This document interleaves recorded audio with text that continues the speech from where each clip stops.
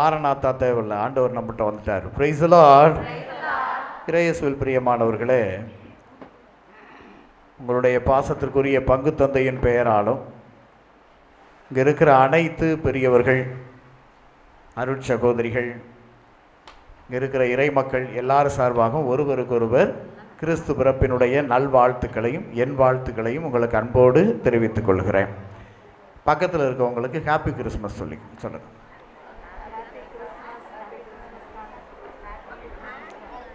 எல்லாரும் சொல்லிட்டீங்களா? எங்கள் ஆல்ட்ரு பாய்ஸ் மட்டும் சொல்லவே இல்லை பாருங்க. சொல்லிட்டியா? ஹாப்பி கிறிஸ்மஸ் சொல்லிட்டியா? Happy Christmas. மொத்தத்தில் எல்லாருக்கும் சொன்னீங்களே, என்னைய பார்த்து ஒரு வார்த்தை ஹாப்பி கிறிஸ்மஸ் சொன்னீங்க. நன்றி மக்களே. உங்கள் பங்கு சாமியாரை பார்த்து ஒரு வார்த்தை ஹாப்பி கிறிஸ்மஸ் ஃபாதர் சொன்னீங்க. அவ்வளோதான் மக்களே. ஒருத்தருக்கு ஒருத்தர் வாழ்த்தும் போது நெஞ்சம் இனிக்கும், நம்முடைய உடல் வளம் பெறும், மனசு இலகுவாகும். எத்தனை சுமைகள் வந்தாலும் கடந்து போகிற மன வலிமையும் ஆற்றலும் சக்தியும் மட்டும் நமக்கு கிடைக்கும். ஆண்டவர் நமக்கு அருள் புரிவார். Praise the Lord. அதனால ஒருத்தருக்கு ஒருத்தர் உளமாற வாழ்த்துங்க. சரிதானா? இது முடிஞ்ச பிறகு கூட பூசை முடிஞ்சு வெளியில போகும்போது ஒருத்தர் பார்த்து என்ன சொல்லணும்? ஹாப்பி கிறிஸ்மஸ் பா அப்படின்னு முகத்தை பார்த்து சொல்லணும். நிறைய பேர் ட்ரெஸ்ஸை பார்த்து தான் சொல்றீங்க, எனக்கு தெரியும். ஹாப்பி கிறிஸ்மஸ் எங்க எடுத்தது அப்படித்தான் கேட்பாங்க. எவ்வளவு அங்கே எடுத்து நான் கூட, ஆனால் இது 2000 ரூபான்ற குறையாத்தான் இருக்கும் இப்படி சொல்லி அவங்கள கடுப்பாக்கி விட்டுருது.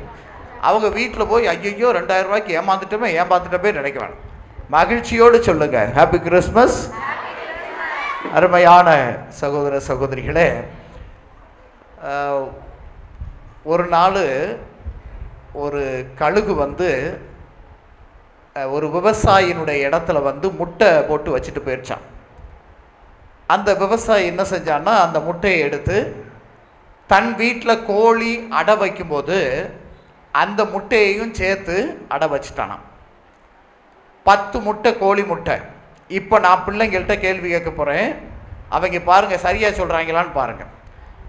கோழி முட்டையிலிருந்து என்ன குஞ்சு வரும்? மக்களே, இவ்வளோ அறிவாளி பிள்ளைகளை பெற்றுட்டு நீங்கள் எவ்வளோ சந்தோஷமாக தெரியணும் மக்களே. கோழி முட்டையிலிருந்து என்ன குஞ்சு வரும்? கோழி குஞ்சு. தெரிஞ்சு போச்சு. கழுகு முட்டையிலிருந்து என்ன குஞ்சு வரும்?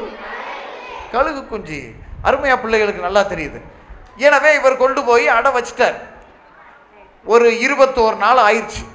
ஆன உடனே கோழி முட்டையிலிருந்து கோழி குஞ்சுகள் பொரித்து வெளியில் வந்துச்சு. கழுகு முட்டையிலிருந்து கழுகு குஞ்சு பொரிச்சு வெளியில் வந்துச்சு. எல்லா குஞ்சுகளையும் தாய்க்கோழி கூட்டிக் கொண்டே திரிந்தது. ஏன்னா அதான் அடகாத்திருக்கு. அப்படியே கூட்டிக்கிட்டு அப்படியே வெளியில் போகும். நீங்கள் கோழிகளை பார்த்தீங்கன்னா தெரியும், குஞ்சுகளை கூட்டிகிட்டு போய் முந்தி காலத்தில், இப்போ இருக்கவங்களுக்கு தெரியாது கோழி எப்படி நடமாடும்னே தெரியாது நிறையா பேர். கோழிக்கு எத்தனை கால் அப்படின்னா 4 கால்னு எழுதி வச்சிருக்கிறாங்க நிறையா பேர். எத்தனை கால்? 2 கால். அதாவது தெரியுது அட்லீஸ்ட்.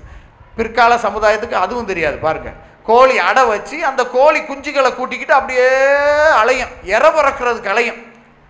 அந்த குஞ்சுகளுக்கு இறை புறக்க கற்றுக் கொடுக்கும். என்ன செய்யும்னா, அந்த குப்பையில போய் நின்றுட்டு அந்த குஞ்சுகள் எல்லாம் உடனே அவ்வளோ குஞ்சுகள் ஒடியாந்த உடனே என்ன செய்யும்னா, அந்த காலை வச்சு அப்படியே அந்த புழுதியை புரட்டும். புரட்டிட்டு அதில் உள்ள புழுவை திங்கிறதுக்கு அந்த குஞ்சுகளுக்கு கற்றுக் கொடுக்கும்.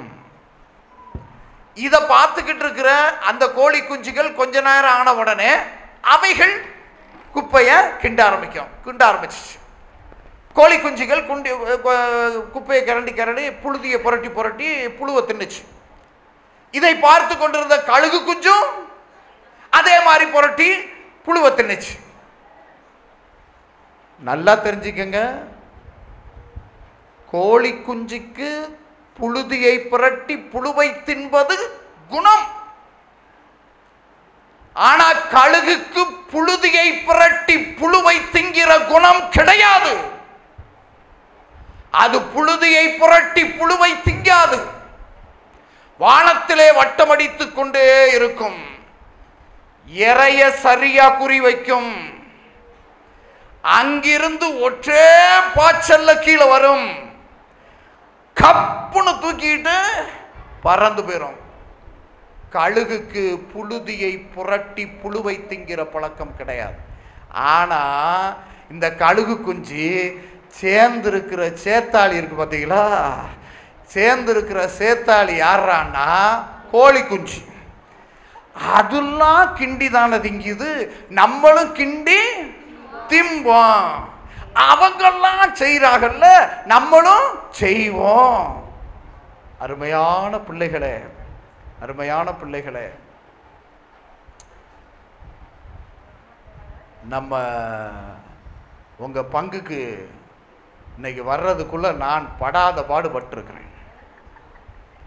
நேரம் வர்றேன், உடனே என்னை கைட் பண்ற ஒருத்தர் சொல்றாரு, ஏர்போர்ட் இருக்கா? தெரியுது தெரியுதுன்னு சொன்னேன்.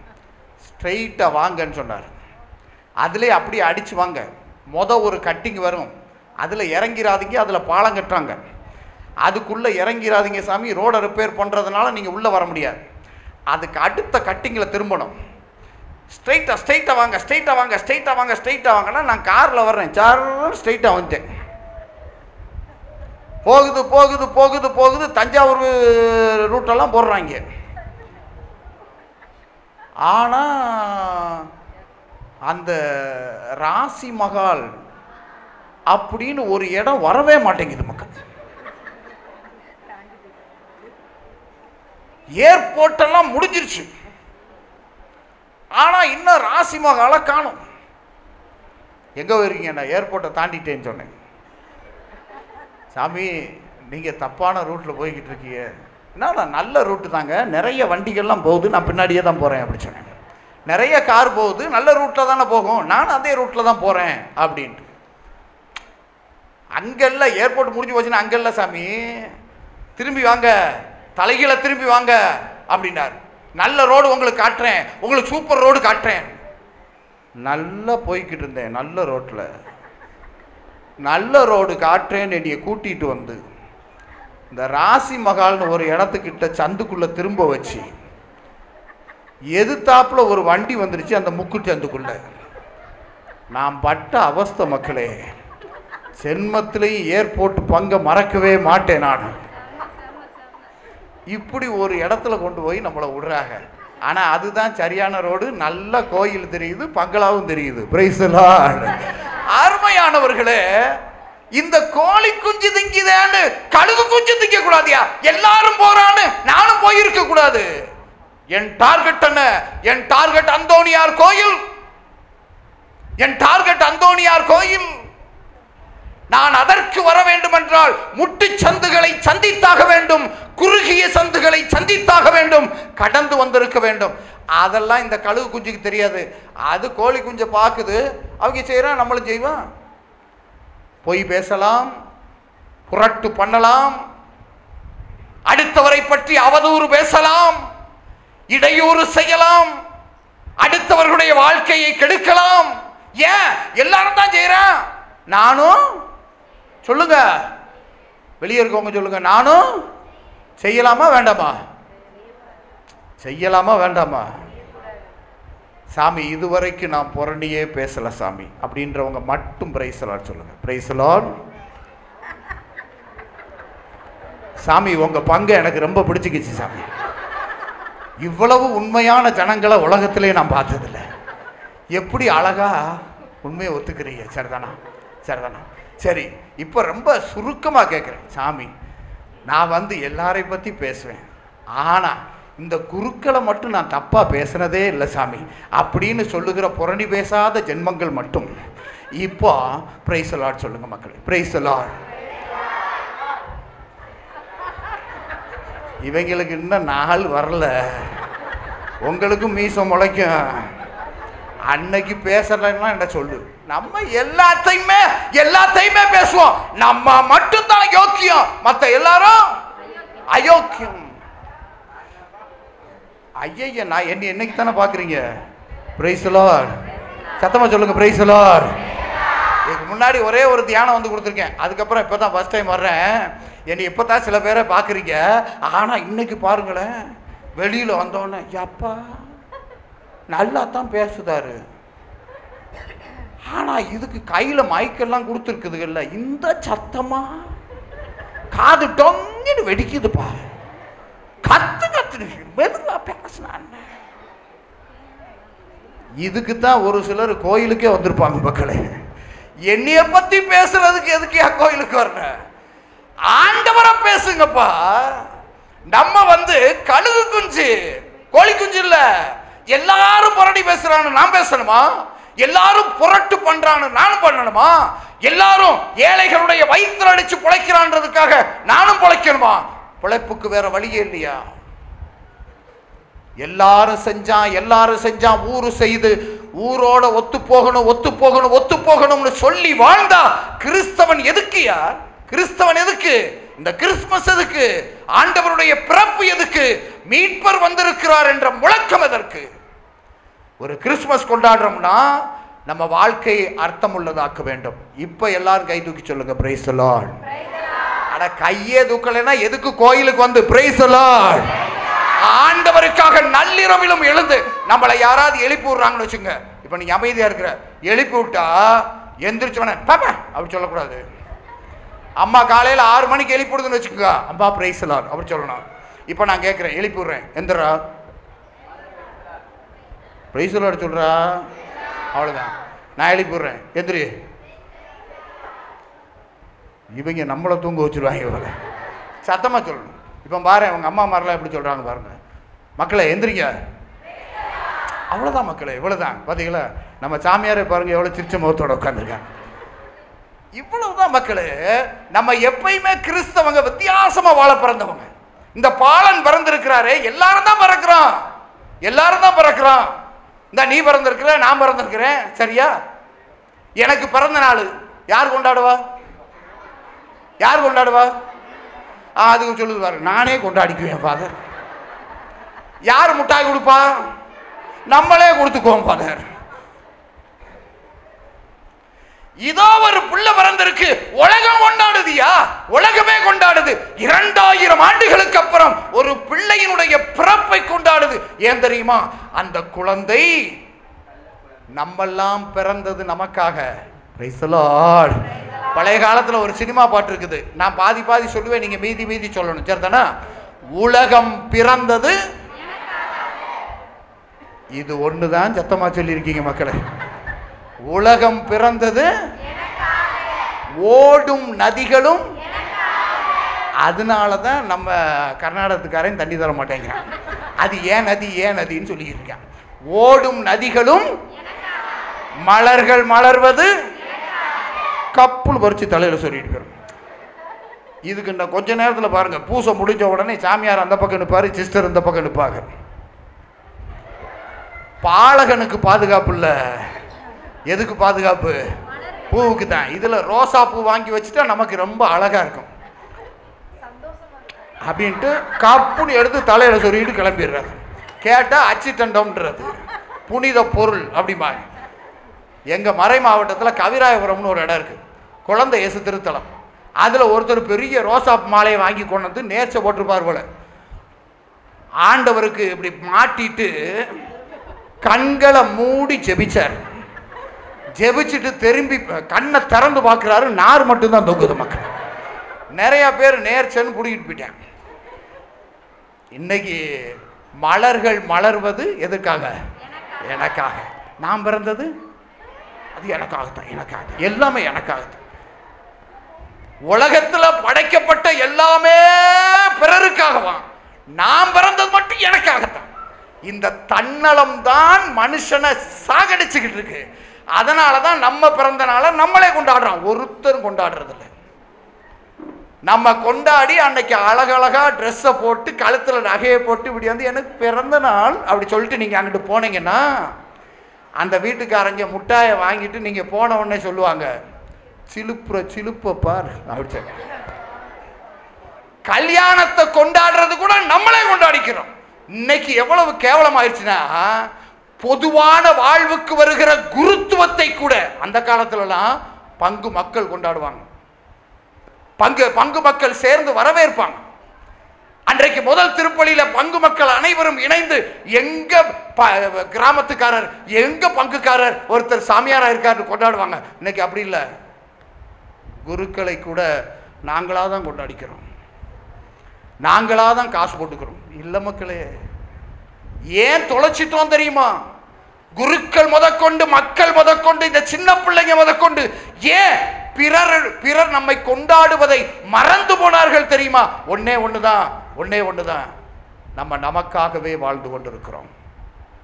இதோ ஒரு குழந்தை பிறந்திருக்கிறது, பிறருக்காக வாழ்வதற்காக. அதனாலதான் 2000 வருஷம் கழிச்சு இன்னைக்கு கொண்டாடிக்கிட்டு இருக்கிறோம். எல்லாரும் இப்ப சொல்லுங்க, பிரைஸ் தி லார்ட். அந்த குழந்தைக்காக கையை கூட தூக்க மாட்டேங்கிறீங்களே, பிரைஸ் தி லார்ட். இதோ எல்லா மக்களினத்தாருக்கும் மகிழ்ச்சியூட்டும் நற்செய்தி அறிவிக்கிறேன். உங்களுக்காக தாவீதின் ஊரிலே மீட்பர் பிறந்திருக்கிறார். தாவீதின் ஊரிலே உங்களுக்காக மீட்பர் பிறந்திருக்கிறார். தனக்காக பிறக்கல, தான் குடும்பத்துக்காக பிறக்கல, அன்னை மரியாளுக்காகவோ யோசேப்புக்காகவோ பிறந்த பிள்ளை அல்ல. நம்மளாம் அந்த பிள்ளைகளை சொல்லுவோம். உங்களை அவங்க அம்மா சொல்லுவாங்களடா, என்ன சொல்லுவாங்க? பாப்பா, தம்பி, நீங்க நல்லா படிச்சு பெரிய ஆளாகி அம்மா அப்பா தலைய சொல்றா சொல்லியிருக்காங்க பாருங்க, நிமித்தணும். அம்மா அப்பா தலைய நிமித்தணும். நீ தான் வந்து எங்க தலையை நிமித்தணும். எனக்கு கடைசி வரைக்கும் நீ கஞ்சி. சின்ன பிள்ளைகள் போய் சொல்லாது மக்களே. எனக்கு கஞ்சி ஊத்தணும், எனக்கு கஞ்சி ஊத்தணும், ஏன் தலையை நிமித்தணும், ஏன் தலையை நிமித்தணும். இப்படித்தான் சொல்லி சொல்லி சொல்லி சொல்லி பிள்ளைகளே எடுத்து வச்சிருக்கான். நீ இந்த சமூகத்தினுடைய தலையை நிமிர்த்தணும். இந்த சமூகத்திற்காக உன் தலையை கொடுக்கணும், இந்த சமூகத்துக்காக உயிரையே கொடுக்கணும் என்று சொல்லி வளர்க்கிற வீர தாய்மார்கள் தகப்பன்மார்கள் இன்னைக்கு கிடையாது. ஆனா ஒரு குழந்தையை தந்தையாம் கடவுள் சொல்லி அனுப்பி இருக்கிறார். இந்த உலகத்தினுடைய மீட்புக்காக உன் உயிரை கொடுக்கிறதுக்கு தயாராவா மகனே. இதோ பிறந்திருக்கிறது, சிலுவையின் நிழலோடு பிறந்திருக்கிறது ஒரு குழந்தை. ஒரு சிலுவையின் நிழலோடு பிறந்திருக்கிறது. சாகவே ஒரு குழந்தை பிறந்திருக்கிறது. இதை விட ஒரு பேரின்பம் எங்க நமக்கு கிடைக்க போது? நம்மை மீட்பதற்காக சாக பிறந்திருக்கிற ஒரு குழந்தை. Praise the Lord, praise the Lord. இயேசுவே நன்றி. இந்த குழந்தையை பற்றி இன்னைக்கு முதல் வாசகம், நற்செய்தி வாசகம் இதெல்லாம் பேசுது. இறைவாக்காக எசாயா உரைத்த இறைவாக்கை இங்க நமக்கு முதல் வாசகமாக கொடுத்தாங்க. இந்த முதல் வாசகம் யாரை பற்றி, ஆக்சுவலி யாரை பத்தி பேசுதுன்னா, என்ன நடந்துச்சுன்னு சொல்றேன் கேளுங்க. ஆகாசு அப்படின்னு ஒரு மனுஷன் இருந்தான், ஒரு அரசன். அவன் வந்து யூதேயாவை ஆள்றான். ஆகாசு, ஆண்டவர் சொல்வாரு, உன் கடவுளாகிய ஆண்டவரிடம் இந்த விண்ணகத்தின் மேலேயோ மண்ணகத்தின் கீழேயோ எதை வேணாலும் கேளு, உனக்கு தர்றேன் அப்படின்னு சொல்லுவார். நீ ஆண்டவரிடம் எதை வேணாலும் கேளுன்னு எசாயா வழியாக சொல்லி விடுவார். ஆகாசு சொல்லுவான், நான் ஆண்டவரை சோதிக்க மாட்டேன், நான் கேட்க மாட்டேன்னு சொல்லுவான். உடனே நீங்க நினைச்சிடக்கூடாது ஆகாசு நல்ல மனுஷன் போல அப்படின்னு. நல்ல வந்தேன், ஒரு காலத்தில் நல்ல வந்தேன். நம்மெல்லாம் ஒரு காலத்தில் நல்லவங்களா கெட்டவங்களா? சொல்லுங்க மக்களே, நம்மெல்லாம் ஒரு காலத்தில் நல்லவங்களா கெட்டவங்களா? நல்லவங்க தானே மக்களே. நீங்கள்லாம் நல்லவங்களா கெட்டவங்களா? நல்லவங்க தானடா. ஒரு காலம் வரும். நீங்கள்லாம் நல்ல பிள்ளைகளா கெட்ட பிள்ளைகளா? நல்ல பிள்ளைங்க தானே. ஒரு நாள் வரும் எங்களை மாதிரியே சொல்லுங்க. நீங்களும் மாறுறதுக்கு ஒரு நாள் வரும் கண்டிப்பா. நல்ல பிள்ளைகளா தானே மக்களை பிறக்கிறோம். பிறக்கும் போது எந்த பிள்ளை பாவம் செஞ்சிச்சு? எந்த பிள்ளை அப்பா அம்மாவை விட்டு கொடுத்துச்சு? சொல்லுங்க. எந்த பிள்ளை அப்பா அம்மாவை விட்டு கொடுத்தீங்க? சொல்லுங்க. கையில் வச்சிருப்போம், பிள்ளைய இடுப்புல இருக்கும். அந்த பிள்ளைய பார்த்து நம்ம விளையாடுவோம். பிள்ளைகிட்ட சொல்லுவான், டேய் இது எங்க அம்மாடா அப்படி சொல்லுவான். பிள்ளை என்ன செய்யும்? கூட்டு போங்க அப்படியா சொல்லும். எந்த பிள்ளையாவது கூட்டு போங்கன்னு சொல்லியிருக்க? நான் அழுது அம்மாவை கட்டி பிடிச்சிக்குவேன், கட்டி பிடிச்சிக்கிட்டு அழுவேன். அப்போ போது நீங்க 500 ரூபா தாள்கட்டு, ஒரு தாள்கட்டு எடுங்க, 50,000 ரூபா எடுத்து அந்த பிள்ளை கையில கொண்டு போய் இந்தாடா வச்சுக்கடா உங்க அம்மா கூறா தூக்கி எரிஞ்சிருவேன். 50,000 ரூபா அவனுக்கு பெருசு கிடையாது. இப்போ அதே பையன் வளர்ந்துட்டான், மீசை முளைச்சிருச்சு, கல்யாணம் ஆயிடுச்சு. அம்மாவுக்கு கன்னத்தில் டொக்கு விழுந்துருச்சு. அதான் கிளவி ஆயிடுச்சின்னு சொல்கிறேன். காலை நீட்டமானக்கு நடு வீட்டில் உட்காந்துக்கிட்டு அம்ஞா அம்ஞா அம்ஞான்னு மென்னுக்கிட்டு இருக்குது. இப்போ நான் போகிறேன், டே இது எங்கள் அம்மாடா அப்படின்னு நான் சொன்னேன்னா, தயவு செய்து கூப்பிட்டு போங்க சாமி, நான் கூட மாதம் 2000 ரூபா தந்துடுறேன்னு சொல்லுவான்ல மக்களை. எங்கே போச்சு? எங்கேயோ தொலைச்சிட்டான். நல்ல பிள்ளையா தான் இருந்தான், எங்கேயோ தொலைச்சிட்டான். இப்படியெல்லாம் வயசானவங்களை வச்சு பார்க்க முடியாது. இப்படி நோய் நோய் நோயின்னு அரிச்சா எந்த பிள்ளை பார்க்கும்? வெளியே போ, நான் மட்டும்தான் உன்கிட்ட பிறந்தனா? அண்ணே இல்லையா? அக்கா இல்லையா? அண்ணே நீ அப்பாவை வச்சு பாரு, நான் அம்மாவை வச்சு பார்க்கிறேன். துரோகிகள். அப்படி பார்க்கிறவன் எல்லாரும் துரோகிகள் தான். எங்கயா தொலைச்சோம்? என் தாயும் தகப்பனும் இணைந்து பெற்ற பிள்ளை நான் எப்படி அவர்களை பிரிக்க முடியும்? நான் எப்படி அவங்களை பிரிக்க முடியும்? பிரிக்க ஆரம்பித்தேன். ஏன் தெரியுமா? எனக்கு கட்டுப்படி ஆகாது. நம்மளையும் ஒரு காலத்தில் பிரித்து எடுத்திருந்தாங்கன்னு வச்சுக்கோங்க, நம்மளையும் பிரிச்சிருந்தாங்கன்னு வச்சுக்கோங்க, நீங்கள் நானும் மனுஷனாவே வாழ்ந்திருக்க மாட்டோம். எங்கேயோ தொலைச்சிட்டோம். தொடக்கத்தில் எல்லாரும் நல்லவங்க தான், நம்மளும் நல்லவங்க தான் ஒரு காலத்தில். ஆனால் காலம் செல்ல செல்ல இந்த கழுகு குஞ்சு போல கோழி குஞ்சுகளோடு சேர்ந்து புழுதியை புரட்டி திங்க ஆரம்பிச்சிட்டோம். இப்போ ஒரு நாள் ஒரு கழுகு வானத்தில் வட்டம் அடிக்க தொடங்கிச்சான். உடனே கோழி வந்து ஒரு அலாரம் கொடுக்கும், அப்படின்னு ஒரு அலாரம் கொடுக்கும். கொடுத்த உடனே அந்த குஞ்சுகள் பூரா ஓடும். எங்கே ஓடும்? எங்கே ஓடும்? தாயிட்ட ஓடிச்சு. தாயிட்ட ஓடி போய் அந்த ரெக்கைகளுக்குள்ள போய் குடுகுடுன்னு ஒளிஞ்சிச்சு. கழுகு குஞ்சும் எல்லாம் ஓடுதேன்னு அதுவும் ஓடிச்சு. தாய் தான் சுத்துது, ஆனா தாய்க்கே பயந்து பிள்ளை ஓடுது. ஓடி போய் அதுவும் ரெக்கைக்குள்ள ஒளிஞ்சுக்கிச்சு. எல்லா குஞ்சினுடைய தலையும் குட்டை குட்டையா இருக்கும், கோழி குஞ்சு தலை. ஆனா கழுகு குஞ்சு கொஞ்சம் கழுத்து நீளம். டக்குன்னு வெளியில இப்படி எட்டி பார்த்துச்சு, உள்ளக்க வைக்க முடியாம. ஏறிட்டு பார்த்தா மேல கழுகு சுத்துது. என்ன இருந்தாலும் ரத்தம் இருக்குல்ல மக்களே, தாடாட்டினாலும் தாதையாடும். blood is thicker than the water. ரத்தம் தண்ணியை விட ரொம்ப திக்கா இருக்கும். ரத்தம் இருக்குல்ல. நான் எங்க இருந்து வந்தவன்? இதோ எனக்காக மாட்டு தொழுவத்தில் ஒரு ஏழை குழந்தையாக பிறந்திருக்கிறாரே என் ஆண்டவர் இயேசு. அந்த ஆண்டவரிடத்திலிருந்து நான் வந்தவன், அவரையே பின்பற்றுகிறவன்.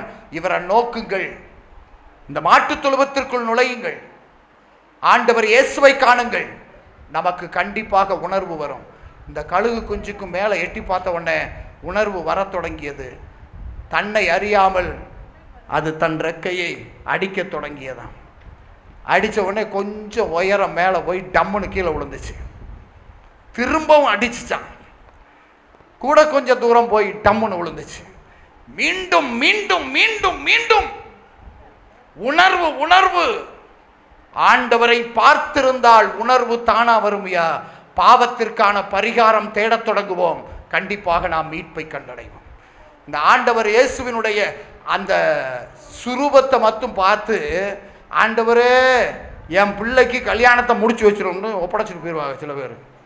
ஆண்டவரே வீடை கட்டி கொடுத்துரும், அவ்வளோதான். ஆண்டவரே வேலை வாய்ப்பு கொடுத்துரும். இப்போ ஆண்டவருடைய வேலை என்ன? என்ஜினியர் வேலை, இல்லைன்னா வேலை வாய்ப்பு அதிகாரியுடைய வேலை அவருக்கு. அவர் கொடுக்குற வேலை பூரா நம்ம அப்படித்தான் கொடுத்து வச்சிருப்போம். அவரை மெஸ்ஸியாவாக என்றைக்கு கண்டுகொள்வோம்? மெஸ்ஸியாவாக என்றைக்கு கண்டுகொள்வோம்? இதுக்கு தான் இன்னைக்கு முதல் வாசகம் விளக்கம் சொல்லுது. அவரை பற்றிய 4 பெயர்கள் நமக்கு சொல்லப்படுகிறது. பிறந்திருக்கிற பிள்ளை எப்படிப்பட்டவனாக இருக்க போகிறான் 4 வார்த்தைகளிலே சொல்லுகிறது. அவர் வியத்தகு, சத்தமா சொல்லுங்க, வியத்தகு ஆலோசகர். இன்னைக்கு பிரச்சனையே அதான் மக்களே. ஆலோசனை சொன்ன 1000 பேர் இருக்காங்க. நான் மட்டும் இப்போ ஒன்று செய்கிறேன் பாருங்களேன்.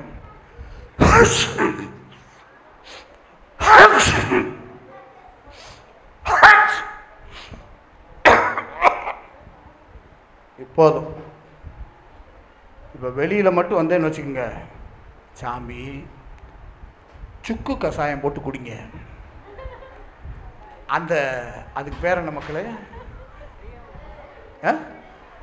மிளகு மிளகு பொடியை மூக்கில் எடுத்துருங்களா? இவங்க வேற மாதிரி போகிறாங்க. மிளகு மிளகு சீரகம், இவங்க என்ன மசாலா அரைக்கிறதுக்கு வேலை சொல்லிக்கிட்டு இருக்காங்க. சொல்லு. மிளகு சீரகம், இவங்க அம்மா அரைக்கிறது எல்லாத்தையும் பார்த்து மொத்தமாக அரைக்க சொல்கிறாங்க. மிளகா வத்தல் சொல்லாமல் இருக்காங்க. இதெல்லாம் செய்யுங்க. திப்பிலி, இதை சாப்பிடுங்க ஃபாதர், இதை சாப்பிடுங்க ஃபாதர். ஒரு வெட்டக்கோழி ஒன்று வாங்கி அல்லது குஞ்சு கோழியை ஒன்று எடுத்து அதை நல்லா நசுக்கி அதை ரசம் வச்சு நீங்கள் கடன்னு குடிச்சிட்டிங்கன்னா அறுத்துட்டு போயிடும் ஃபாதர். அது ஒன்றுமே செய்யாது. எத்தனையோ மருந்து சொல்லுவீங்க. சரி தானே? ஆலோசனை கொடுக்கறதுக்கு 1000 பேர் மக்கள். இன்னைக்கு வாட்ஸ்அப்பை திறந்தீங்கன்னா உங்கள் உடல் நலத்துக்கு ஆலோசனைன்னு 1000 பேர் கொடுக்குறேன். உங்கள் மனநிலைக்கு ஆலோசனைன்னு 1000 பேர் கொடுக்குறேன். நீ ஆன்மாவுக்கான ஆலோசனைன்னு 1000 பேர் கொடுக்குறேன். என்னன்னே தெரியல. கஷ்டமா வருது, வேதனையா வருது. ஒண்ணுமே இல்லை. அங்க போ, குணமாயிரும். இது முடிஞ்ச உடனே ஸ்ட்ரெயிட்டா நாளைக்கு கிறிஸ்துமஸ் அன்னைக்கே போயிட்டு வந்துருவாங்க. நம்ம லீவ்லேயே போயிட்டு வந்துருவோம். விசுவாசம் தொலைஞ்சிச்சா இல்லையா? ஆண்டவர் மேல உள்ள விசுவாசம் தொலைஞ்சிச்சா இல்லையா?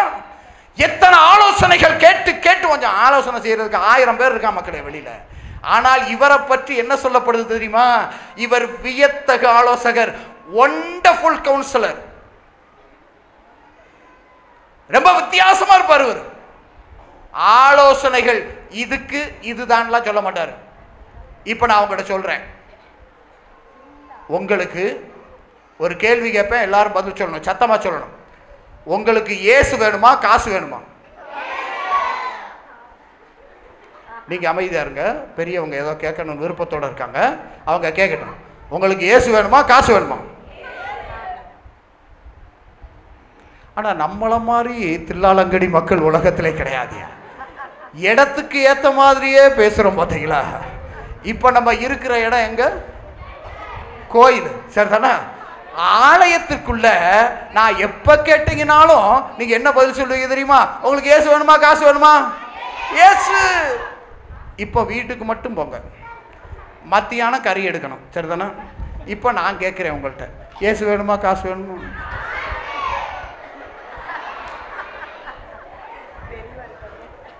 கொஞ்சம் எதிர்கால வளர்ச்சி சரியில்லையே. இடத்துக்கு ஏத்த மாதிரியே பேசுவான். இயேசு எங்க அப்பா அப்படிம்பா. அவர் எதுவுமே கொடுக்கலன்னா அவரை தப்பாவே பேசுவோம் மக்களை. நம்மள மாதிரி மனுஷர்கள் யாரும் கிடையாது. மாத்தி மாத்தி உலட்டி பேசுகிற மனிதர்கள் நாம். வியத்தக ஆலோசகர். நல்லா தெரிஞ்சுக்கங்க. இன்னொரு பழமொழி கேட்கிறேன். பணம் எத்தனை செய்யும்? எனக்கு தெரியல, இந்த ஊர்ல பழமொழி எனக்கு தெரியாது, அதனாலதான் கேட்கிறேன். பணம் எத்தனை செய்யும்? 10 செய்யுமா? அந்த 10 செய்யும்னு சொன்னவங்க எல்லாம் கொஞ்சம் அப்படியே எந்திரிச்சுவாங்க. இல்ல, எனக்கு அந்த 10 என்னன்னு மட்டும் சொல்லணும், அவ்வளவுதான். பொய் சொல்றாங்க மக்களே, பொய் சொல்றாங்க. நமக்கு ஆலோசனை கொடுக்கிறவர்கள் பொய் சொல்லுகிறார்கள். பணம் ஒண்ணு செய்ய முடியாதியா? பணம் ஒண்ணு செய்ய முடியாது. உன் அழுகையை நிறுத்த முடியுமா? உனக்கு அமைதியை தர முடியுமா? உன்னுடைய துக்கத்தை நிறுத்த முடியுமா? ஒன்னும் செய்ய முடியாது. பணம் 10 செய்யும் 10 செய்யும்னு நானும் லோலோன்னு தெரிய ஆரம்பிச்சிட்டேன். பிள்ளைகளுக்கு அறிவை கொடுப்பது மெட்ரிகுலேஷன் ஸ்கூல் தான் கற்றுக் கொடுத்தாங்க பாருங்க. அதுல சிபிஎஸ்இ தான் ஒத்து கொடுத்தாங்க பாருங்க. அதுலயும் ஒரு சிலர் என்ன செய்வாங்கன்னா, இங்க பக்கத்தில் இருக்க ஸ்கூல்ல சேர்க்க மாட்டாங்க. எல்கேஜி அல்லது ப்ரீகேஜி பிள்ளைய, அது அப்பதான் எந்திரிச்சு இப்படி நடக்குது. அந்த பிள்ளைய ஒரு வேன்ல வச்சு நம்ம ரோட பார்க்க வேணாமா கொஞ்சமாவது, டமுக்கு அடிச்சு அந்த பிள்ளை இப்படி தடுமாறி போய் 4 கிலோமீட்டர் தள்ளி போய் படிக்க. அதான் நல்ல ஸ்கூல்னு நம்ம நினைச்சிருப்போம். அங்க இருக்கிறவங்க எல்லாம் நம்ம ஸ்கூல்ல சேர்த்துக்கிட்டு இருப்பாங்க. எங்க? ஏன்னா அங்கிருந்து வேன் வரும். வேன்ல போய் படிச்சா தான் நல்ல படிப்புன்னு கண்டுபிடிச்சான் பாருங்க. ஆலோசனைகள் தப்பா கொடுக்கிறான் மக்களே, தப்பா கொடுக்கிறான் நம்ம ஆளு. நாம் அதை கேட்டு தான் ஏமாந்து போனோம். ஆண்டவர் இயேசு ஒரு வியத்தகு ஆலோசகர், வித்தியாசமானவர். இழக்கிறதுல தான்டா வாழ்க்கையே இருக்குன்னு, நம்மெல்லாம் கிடைக்கிறதுல தான்டா வாழ்க்கை இருக்குன்னு நினைச்சோம். கொடுத்து வச்சவங்கன்னு சொல்லுவாங்கல்ல. இப்ப பாருங்க, ஒருத்தன் அழகா எந்திரிச்சு பதில் சொல்ல போறான் பாருங்க. யார் யார் பேசினாலும் எந்திரிக்க விடுவேன். எனக்கு அந்த ஒரு நல்ல குணம் உண்டு. நான் வியத்தக ஆலோசகர். சரிதானா? ரைட். நம்ம வித்தியாசமாக ஏதாவது ஒரு ஆலோசனை ஆண்டவர் கொடுப்பார். எல்லாரும் வாழணும்னா நிறைய பெற்றிருக்கணும். நம்ம நிறைய அப்படி தானே சொல்லுவோம். அவங்களுக்கெல்லாம் வாழ்வுப்பா, அவங்களுக்கெல்லாம் வாழ்வு அப்படின்னா யாரை சொல்லுவீங்க? யாரை சொல்லுவீங்க? ஏழைகளையா பணக்காரர்களையா? பணக்காரங்களை தானே. ஏன்ட்ட ஒரு பாப்பா வந்து வேலை பார்த்து, அந்த பிள்ளை பாப்பா பேர் வந்து ரோசி. அது ஒருத்தரை விரும்பி திருமணம் செஞ்சிருச்சு. இன்னொரு பாப்பா ஏன்ட்ட அதே இன்னொரு பாப்பா வேலை பார்த்து, அதுவும் அதே பங்கில் வேலை கல்யாணம் பண்ணி போயிடுச்சு. அந்த பிள்ளைக்கு 2 குழந்தை. இவங்க 2 பேரும் குழந்தை பெற்று கொஞ்சம் தள்ளி போட்டிருக்காங்க. ஏன்னா என்ஜாய் பண்ணணும். அதுக்கு 2 பிள்ளை. ஒரு பிள்ளைக்கு வயசு 3, ஒரு பிள்ளைக்கு வயசு 1. அந்த பிள்ளையை இடுப்பில் வச்சுருக்கோம். கோயிலுக்கு இப்படி தான் வரும் அந்த பாப்பா. கையில் ஒரு 2 வயசு பிள்ளையை 3 வயசு பிள்ளையை பிடிச்சிருக்கோம். அது நடந்து வர்றதை பார்த்தாலே நமக்கு பரிதாபமாக இருக்கும் மக்களே. அப்படி மூச்சு இறைத்து கொண்டு அந்த பிள்ளை வரும். ஆனால் ரோசி எப்படி தெரியுமா? அவங்க வீட்டுக்காரன் எப்படி வச்சுருக்கான் தெரியுமா மக்களே? அந்த பிள்ளைக்குன்னே ஒரு பைக் வாங்கியிருக்கேன். அந்த பைக் எப்படிப்பட்டதுன்னா, இவன் கீழே உட்காந்துருப்பேன், அந்த பிள்ளை இமய மேலே உட்காந்துருக்கும். அங்கே உட்காந்து அப்படி ஒரு பைக் விற்கிறாங்கல்ல, என்ன அந்த பைக்கில் அதுக்காண்டினே வாங்கியிருக்கேன். அந்த பிள்ளை எப்படி உட்காந்துருக்கும்னா, அவன் வந்து படுத்துக்கிட்டு வண்டி ஓட்டுறான். இந்த பிள்ளை அதில் உட்காந்து அவன் சட்டை எப்படி பிடிச்சிருக்கான். என்னமோ ஜான்சி ராணி மாதிரியே தெரியும் நமக்கு குதிரையில் வரும்போது. அப்படி போகிற மாதிரி அப்படி வச்சிருக்கான் மனைவியை. கொண்டு வந்து எங்கள் கத்தீட்ரல் பங்கு தான் கொண்டு வந்து அப்படியே கோயில் முன்னாடி நிறுத்துவேன். அந்த பிள்ளை அப்படி இறங்கும் மக்களே. 2 ஸ்டெப் எடுத்து வச்சா மனைவிக்கு கால் நோகுமோடு பயந்து ஒரு சேரை தூக்கி கொண்டு பட்டுன்னு போடுவான். அதே வாசப்படியில் அப்படியே உட்காரும் அந்த பிள்ளை. பூசை சென்று வாழுங்கள், திருப்பலி நிறைவு பெற்றதுன்னு தான் சொல்லுவேன் நான். சொல்லி முடிச்சு அடுத்த நிமிஷம் பைக்கு சல்லுன்னு வந்து நிற்கும். ஏன்னா கூட்டத்தில் மனைவி சிக்கி சின்ன பின்னம் ஆகிருவாளோன்னு பயந்து அவளை அப்படியே கூட்டு கொண்டு போய் வீட்டில் விட்டு வந்துடுவான் மக்களே. எப்படி தாங்குறான். நானும் அந்த ரோசியை பார்த்து வாழ்த்து சொல்லணும், பாப்பா நீ கொடுத்து வச்சவடா அப்படி சொல்லணும்னு நினச்சிக்கிட்டு சுற்றி வந்தேன். ஒரு நாள் வேற ஒரு ஃபாதர் பூசை வச்சார். அதனால நான் பாப்பா பிடிச்சிட்டேன். கரெக்டாக வந்தவுடனே, தம்பி ரோசிட்ட ஒரு வார்த்தை பேசிக்கிறேன். பேசுங்கப்பா. கூப்பிட்டு, கொடுத்து வச்சோம்மா எப்படி உன்னைய தாங்குறானடா, பைக்கில் வச்சு கால் நோகாமல் அழைச்சிட்டு போகிறானே. அது சொல்லிச்சு, போங்க ஃபாதர், சந்தேகப்படுறான் ஃபாதர், சந்தேகப்படுறான் ஃபாதர், நம்ம தான் நினச்சிக்கிட்டோம் கொடுத்து வச்சவன்னு. நான் கேட்டேன், அந்த லூசி எப்படிறா அப்படின்னு கேட்டேன். அப்பல்ல சொல்லிச்சு, கொடுத்து வச்சவ ஃபாதர், அவங்க வீட்டுக்காரன் கூட கூட வர மாட்டேங்கிறான் ஃபாதர், அவள் எவ்வளவு சுதந்திரமாக நடந்து வர்றா. நம்ம நினைச்சிட்டோம் காசு இருந்தா, பணம் இருந்தா, பெருசா இருந்தா, நகை போட்டிருந்தா சந்தோஷமா கொடுத்து வச்சவங்க. இல்லவே இல்லை. ஆண்டவர் வியத்தகு ஆலோசகர் கற்றுத் தருகிறார். என்ன தெரியுமா? இழப்பில் தான் வாழ்க்கை இருக்கிறது. அடுத்தவருக்காக சிலுவையில் தொங்குவதில் தான் வாழ்வு இருக்கிறது. அடுத்தவருக்காக செய்கிற தியாகத்தில் தான் வாழ்க்கை இருக்குது. அம்மாமார்கள் எல்லாம் ஏன் கொண்டாடுறோம்? இந்த சின்ன பிள்ளைகளை பெத்தெடுக்கிறதுக்குள்ள அவங்க பட்ட பாடுகள். அதனால தான் தாய் தகப்பனை மேலாய் போட்டிருக்கிறோம். Praise the Lord, praise the Lord. 2வது காரியம், அவருக்கு ஒரு பேர் கொடுக்குறாங்க, வலிமை மிகு இறைவன். வலிமைனா என்னப்பா? வலிமைனா என்ன? என்னப்பா? சக்தி. சக்தினா என்ன? அதான் காட்டிட்டான் அவன். இதான் சக்தி. முஷ்டியை மடக்கி காட்டணும், ஒற்றே அட்டியில மூஞ்சி முகரெல்லாம் பேரணும். ரொம்ப வலிமை மிகுந்தவன். அடுத்தவனை ஒற்றே அடியில சாய்க்கணும். அதான வலிமை. அவர் வேற கற்றுக் கொடுத்திருக்காரு. வலிமைன்றதுக்கு வேற ஒரு அர்த்தம் சொல்றாரு. என்ன சொல்றாரு தெரியுமா?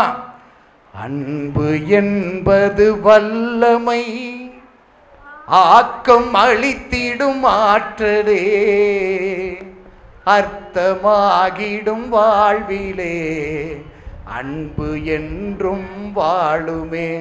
எது வல்லமை? சத்தமா சொல்லுங்க. அன்பு.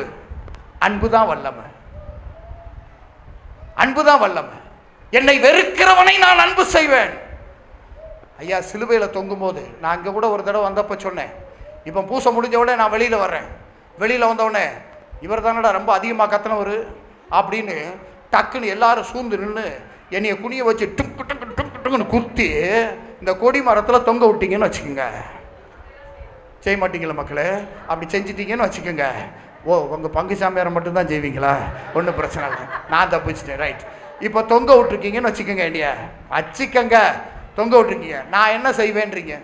நான் என்ன செய்வேன்? நீங்கள் எல்லாரும் கீழே நின்று கத்துன என்னவோ இழக்கிறதுல தான் பண்புன்னு சொன்ன, இறங்கி வாயா இறங்கி வாயா, நீ உண்மையான சாமியாராக இருந்தால் இறங்கி வா அப்படின்னா நான் என்ன சொல்லுவேன் தெரியுமா?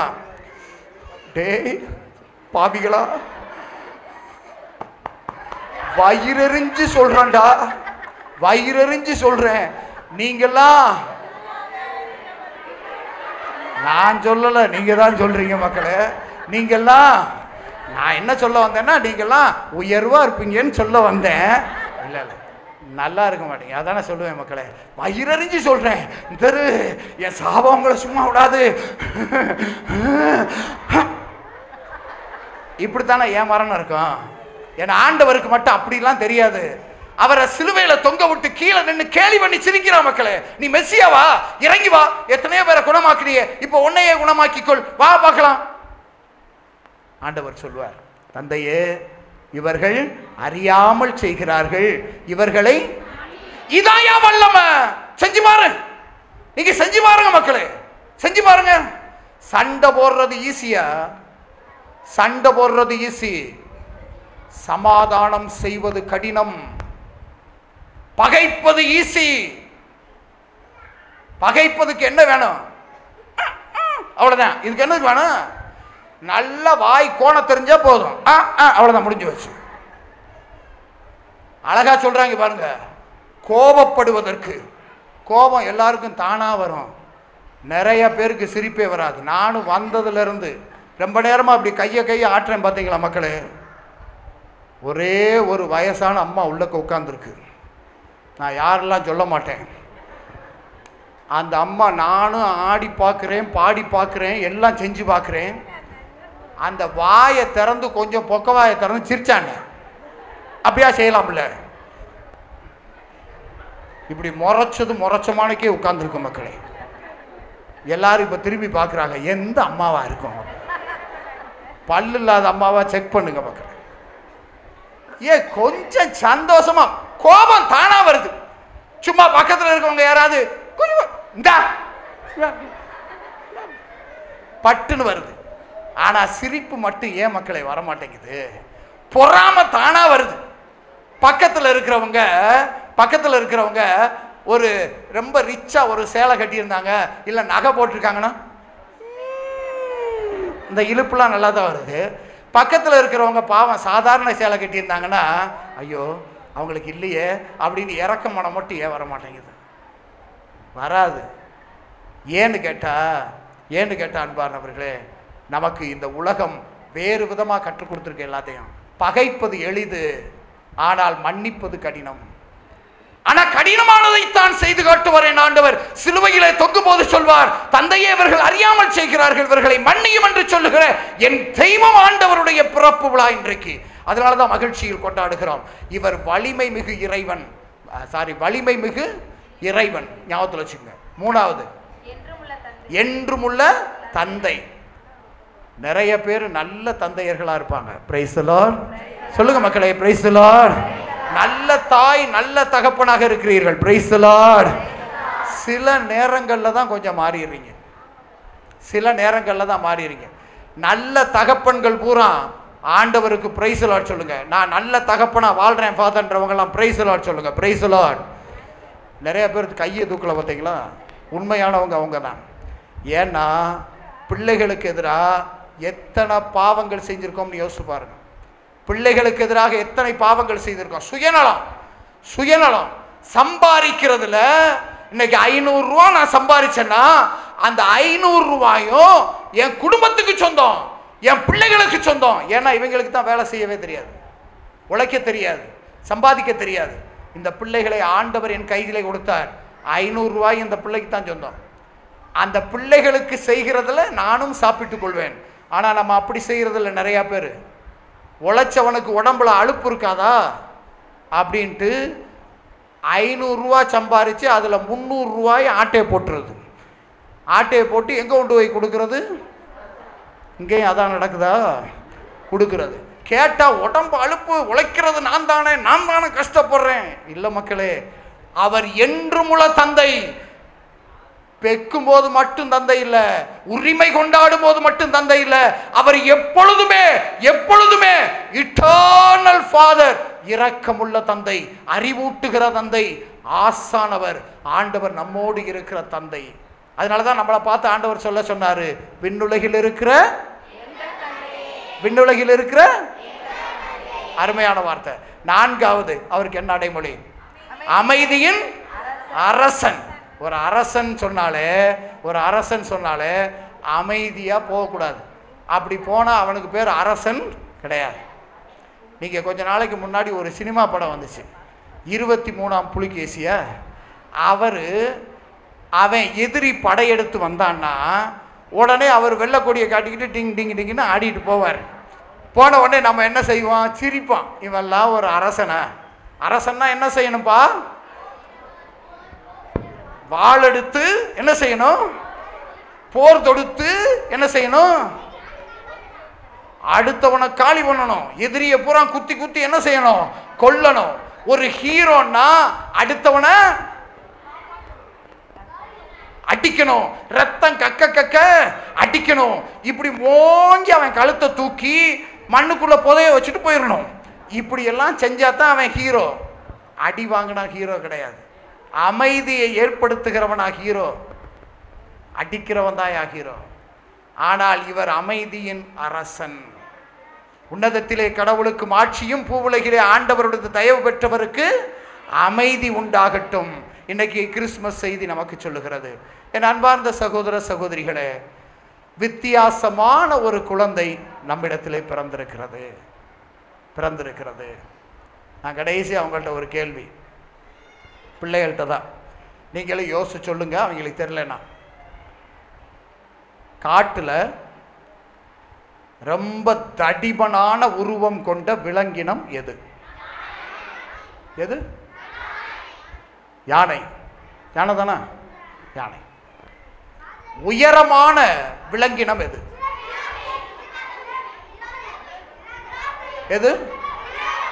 ஒட்டகச்சிவிங்கி. சரிதானா? ஒட்டகச்சிவிங்கி. ஓகே. தந்திரமான விலங்கினம் நரி. தெளிவா இருக்காங்க மக்களே. நரி. சரியா? வேகமா ஓடக்கூடிய ஃபாஸ்டஸ்ட் சிறுத்தை. சரிதானா? சிறுத்தை. நீங்க பைக்குக்கு விளம்பரம் காட்டும் போது பாருங்க, சிறுத்தையை தான் காட்டுவாங்க. அது ஃபாஸ்டஸ்ட், எல்லாத்த விட ஃபாஸ்டஸ்ட். ஸோ ஃபாஸ்டஸ்ட் எதுனா சிறுத்தை. உயரமானது ஹையஸ்ட் எதுனா ஒட்டகச்சிவிங்கி. சரிதானா?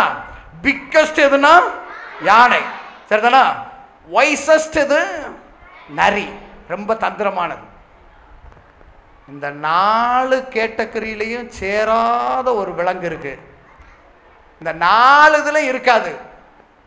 யானையை விட தடிமன் கிடையாது, ஒட்டகச்சிவிங்கியை விட உயரம் கிடையாது, நரியை விட தந்திரமானது கிடையாது. ஆனா காட்டுக்கு ராஜா சிங்கம் தான். ஏன் அப்படின்னு கேட்டீங்கன்னா, சிங்கம் என்ன செய்யுமா தெரியுமா? அது எப்படி வேட்டையாடும்னு உங்களுக்கு சொல்றேன். சிங்கம் அப்படியே நடந்து போகுமா, அங்கன ஒரு மான் நின்றுக்கிட்டு இருக்குமா. ஒரு மானை பார்த்த உடனே அது நினைச்சிருமா, காலை சாப்பாடு ரெடி ஆயிடுச்சு. அடிக்காது, போயிடும். அங்கிட்டு போகும்போது ஒரு காட்டு எருமை நிற்குமா, ஓகே மதிய சாப்பாடு ரெடி ஆயிடுச்சு. அப்படியே அந்த பக்கம் போகும். அந்த பக்கம் ஒரு காட்டு பன்றிகள் நிற்குமா, சொல்லுங்க நைட்டு சாப்பாடு ரெடி ஆயிடுச்சு. இறைய ஃபிக்ஸ் பண்ணிடுச்சு. அடுத்து 2 மொசக்குட்டி அங்கிட்டு அப்படி ஓடிக்கிட்டு அலையுமா, பார்த்து முடிவு பண்ணிடுமா, என்னது ஸ்நாக்ஸ் ரெடி ஆயிடுச்சு. ஃபிக்ஸ் பண்ணிடுறேன். ஏன் நம்ம கிறிஸ்தவங்கயா? நம்ம கிறிஸ்தவங்கன்னா யாரு? இதோ பாலன் பிறந்திருக்காரு, மீட்பராக பிறந்திருக்கிறார். ஒவ்வொரு கிறிஸ்தவனும் மீட்பர் தாயா. இந்த உலகத்துக்கு ஒவ்வொரு கிறிஸ்தவனும் மீட்பர். என் அருகில் இருக்கிற என் சகோதர சகோதரிக்கு நான் தான் மீட்பர். நான் தான் மீட்பர். நான் மீட்க கடமைப்பட்டிருக்கிறேன். என் வீட்டில் இருக்கிற ஒவ்வொருவரையும் மீட்க நான் கடமைப்பட்டிருக்கிறேன். இந்த மெஸ்ஸியா போல ஃபிக்ஸ் பண்ணணும். ஃபிக்ஸ் பண்ணி அதுக்காக தன் உயிரையும் கொடுக்க தயாராக வேண்டும், அடுத்தவரை மீட்பதற்காக. இந்த மாபெரும் செய்தியோடு, மகிழ்ச்சியூட்டுகிற செய்தியோடு நம் மாபரன் பிறந்திருக்கிறார். அந்த மாபரின் பிறப்பு விழாவில் மகிழ்வோடு இருங்கள். அமைதியை கண்டடையுங்கள். உண்மையாக வாழத் தொடங்குங்கள். நீதியோடு வாழுங்கள். ஆண்டவருடைய அருளும் ஆசீரும் உங்களோடு இருந்து என்னாலும் உங்களை வழி நடத்தும் ஆண்டவர் உங்களோடு இருக்கிறார். ஆமென்.